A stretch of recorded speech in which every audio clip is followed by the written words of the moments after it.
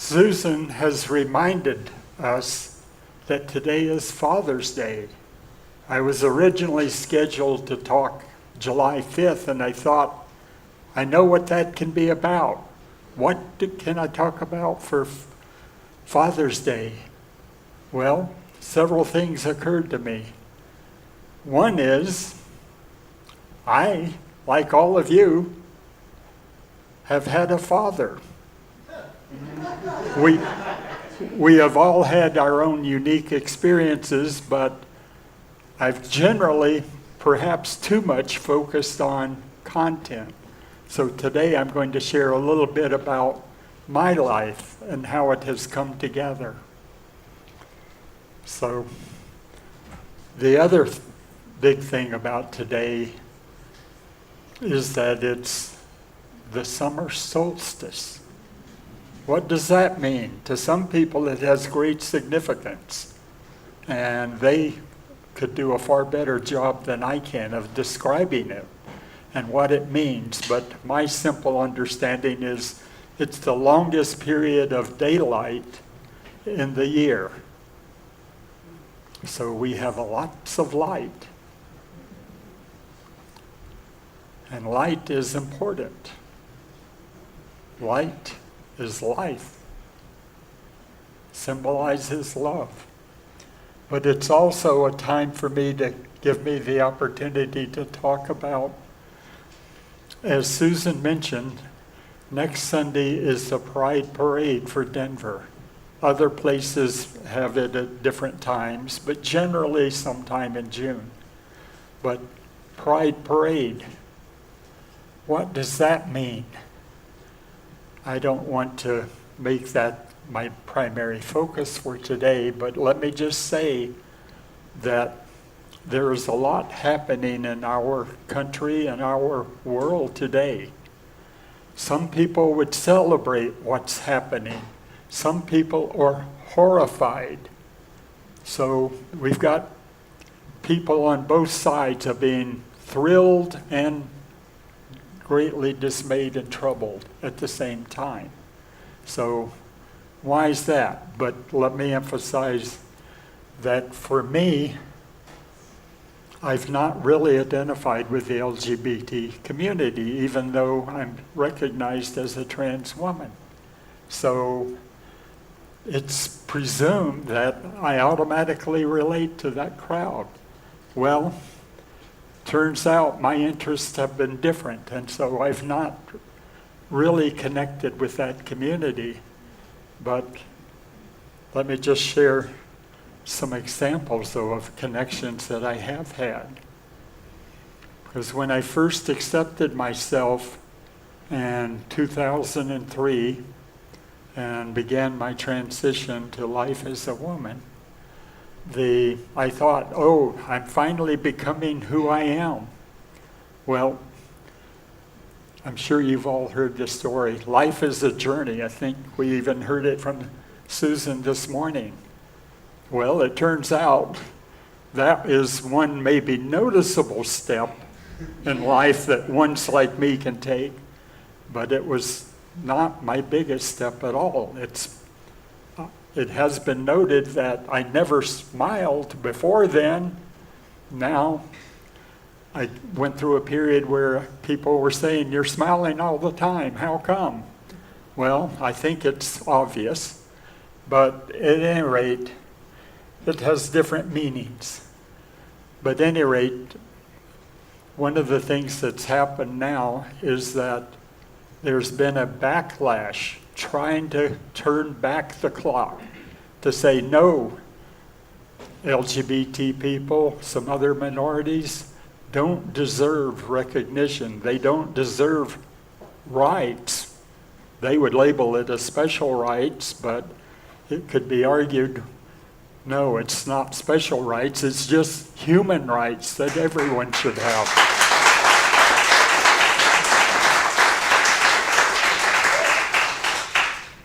So the question then becomes, what feelings do you have? And let me be careful to note that in my vocabulary, feelings have a special definition. There are our English language has some words that sound like feelings, but aren't really feelings. There are emotions. And emotions are just thoughts about a feeling that comes from deep within you. You could say your heart, your gut, but it's an inner knowing. And I would say in that inner knowing, trust yourself. I don't happen to have one of my books here to show you as I had intended, but to say that's the message that I got in the book I got out. Listen to your own heart. Know who you are. So, am I letting in the lessons that I have had? I will leave it up to you to discern how well I have or haven't.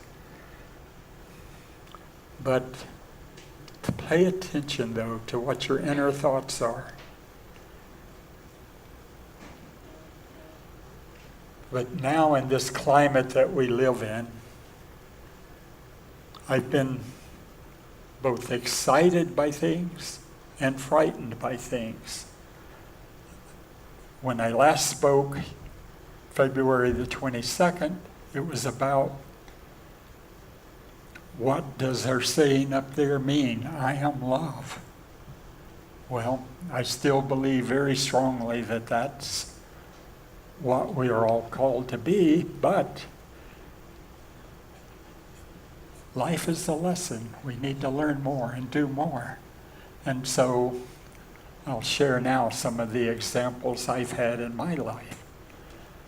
First, I'll share that part of the story for Father's Day,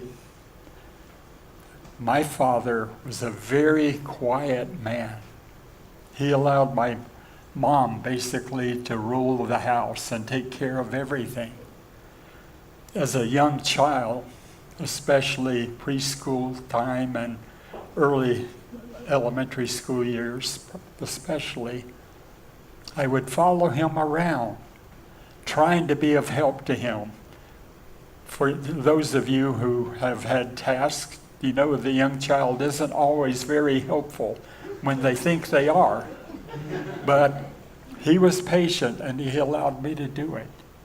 And so what did I gain? I learned how to fix all kinds of things. Cars, other mechanical devices like refrigerators, electricity, electronics, you name it, I learned how to fix it. That proved to be powerful in my career as I became an adult. But I didn't learn, it seemed to me like, a damn thing about him. But the other thing I did learn very strongly, and I still fight to this day, is that don't express any emotion. Not even anger, not even great joy. And so in part of my speaking, I struggle to show my joy, my happiness, or to share despair when I'm talking about despair.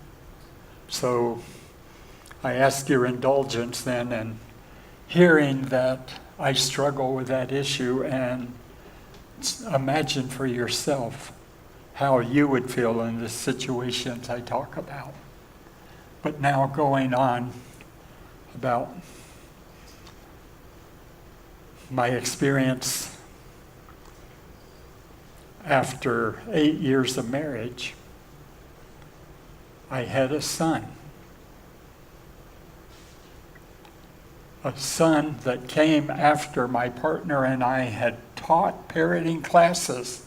So we should have done a good job. We thought we knew what we were doing. I have to thank the universe for giving me an incredible son. He did incredible things as a child and is continuing even these days to succeed beyond what I could have imagined. For instance, right now, he is a senior engineer of the company that creates advanced medical research and other research equipment, even space apparatus. Working at the extremes, like his main specialty now is working with liquid helium, about as close to absolute zero as you can easily get. And that's not very easy. It does strange things, he tells me. In all of my chemistry, I didn't know things could do the way he talks about that. But at any rate, after being married a number of years, he presented me figuratively with a granddaughter. And this granddaughter, to my dismay, the family pattern continued. My son had not seen my parents until he was 10 years old. Life circumstances prevented me from seeing my granddaughter for 8 years. And that's even though I'm very close to my son. We talk about weekly. So the problem was mine. It wasn't with him.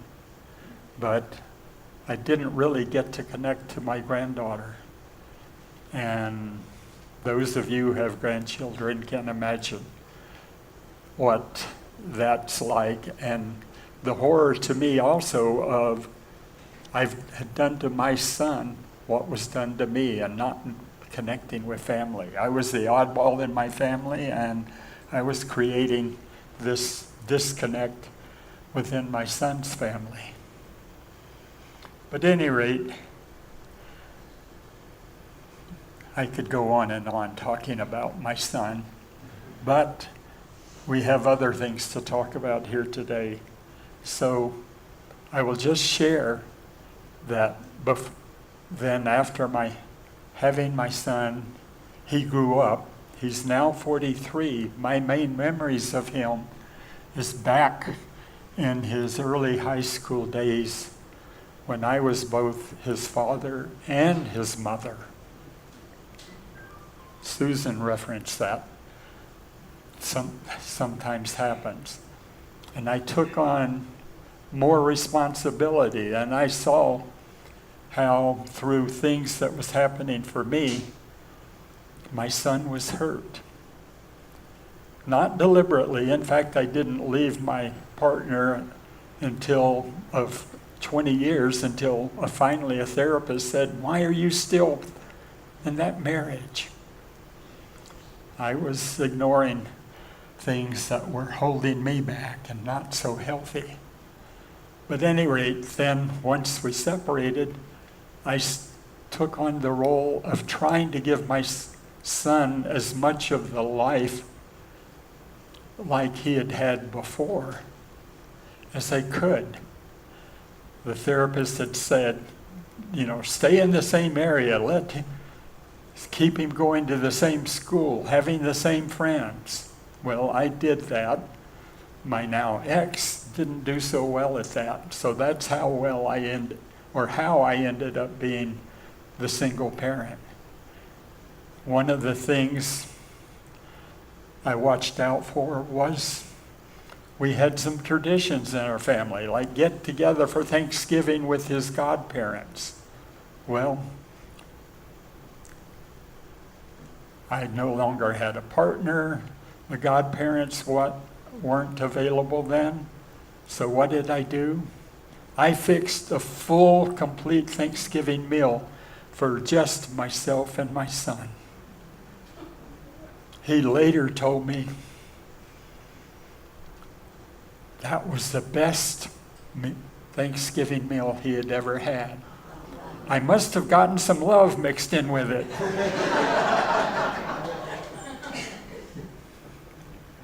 But at any rate, many other things could be talked about, but just going on.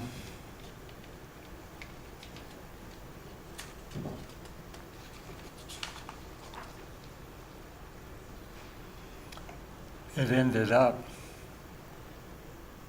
I was a single parent because my former spouse then betrayed our son and regretted having abandoned him. Did some things that created a barrier. One of the examples was I could tell the young lady my son had decided to marry was special when her first trip coming out to Colorado to see me, things were going awry in the scheduling. The plane had problems and they were later arriving, and as they were coming in a rental car to connect with me, I could overhear, as my son was talking to me on the phone, her in the background saying, "But Eric, we have to do this. It's important to your dad." So I knew she was a loving person. Didn't hear that much more until one point, many years later, it was announced that, "Oh, we're coming to Denver in June. When can we come in June to not interfere with your plans for Pride?" And my answer was, "I'm not involved with it. Come anytime." But I learned afterwards there was more to that story I had not heard before. After we marched with my son and my daughter-in-law with me in the Pride Parade, as we passed a certain church along the end of the route, Christina, my daughter-in-law, said, "I was there 10 years ago. My family threw me out to be a protester. And now I see how they were not loving.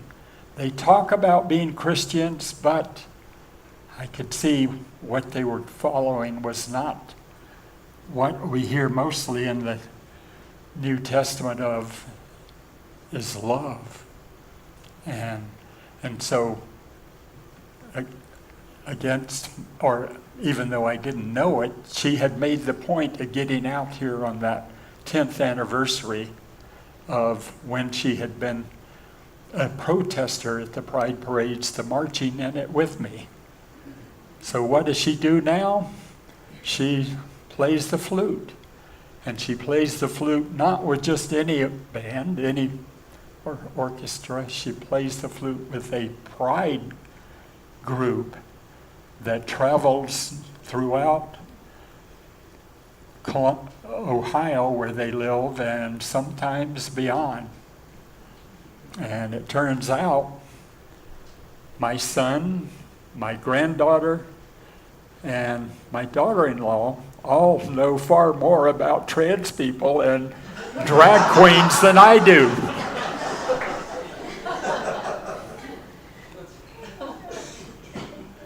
But kind of wrapping up a little bit on the Father's Day thing and moving on, let me just add that one of the lessons I've had to deal with, I've shared, I struggle with feeling feelings and connecting in that way with people.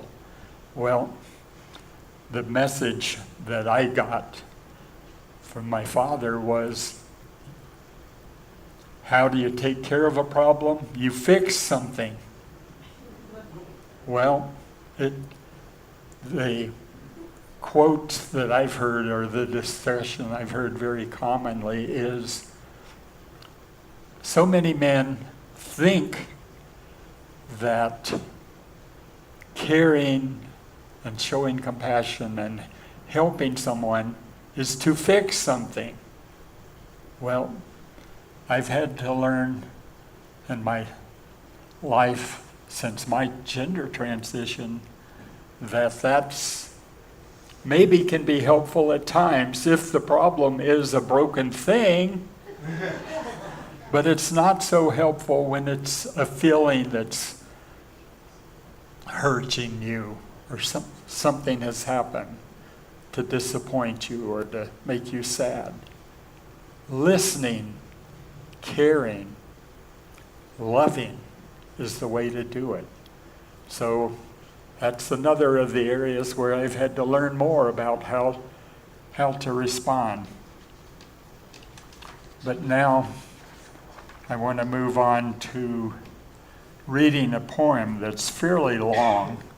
I'll leave out just some small portion of it to shorten it a little bit. But this is a poem some of you may know by Cynthia James, a former minister at Mile High Church, a singer, and so songwriter. And so I don't understand poetry generally, but this touched me when I heard it. Her title, Cynthia James's title was, "You Are Here to Be Visible." You were never created to live hidden beneath the weight of other people's comfort. You were not born to silence your joy, soften your brilliance, or apologize for the space your soul requires. And your spirit was never meant to remain small, just to make others feel safe. Yes, you've known rejection, you've known judgment, you've carried the ache of wondering if being fully yourself would cost you love. But shrinking has never protected your heart. It has only hidden your medicine. There is a voice within you asking to rise now, not the polished voice, not the perfect voice, the true one. The one that speaks with courage and trembling, the one that creates, the one that loves deeply, the one that remembers why you came here. Sacred visibility is not performance. It is presence. It is the willingness to stand in your own light without abandoning yourself. So let this be the summer season. You stop dimming what was divinely designed to shine. Wear the colors, speak the truth, share the dream, create the art, take the step. The world does not need another hidden soul. You are here to be visible. And there's much more I could go on to say in talking about this, but I think Cynthia said it very well there, so I will just kind of wrap things up by calling for, there is a time to take action. Our society has gotten very divisive these days, and you may have seen out in the front there some yard signs that are available that I took the liberty of bringing the one up here. Love your neighbor who doesn't look like you, think like you, love like you, speak like you, pray like you, vote like you. Love your neighbor. No exceptions. So I would...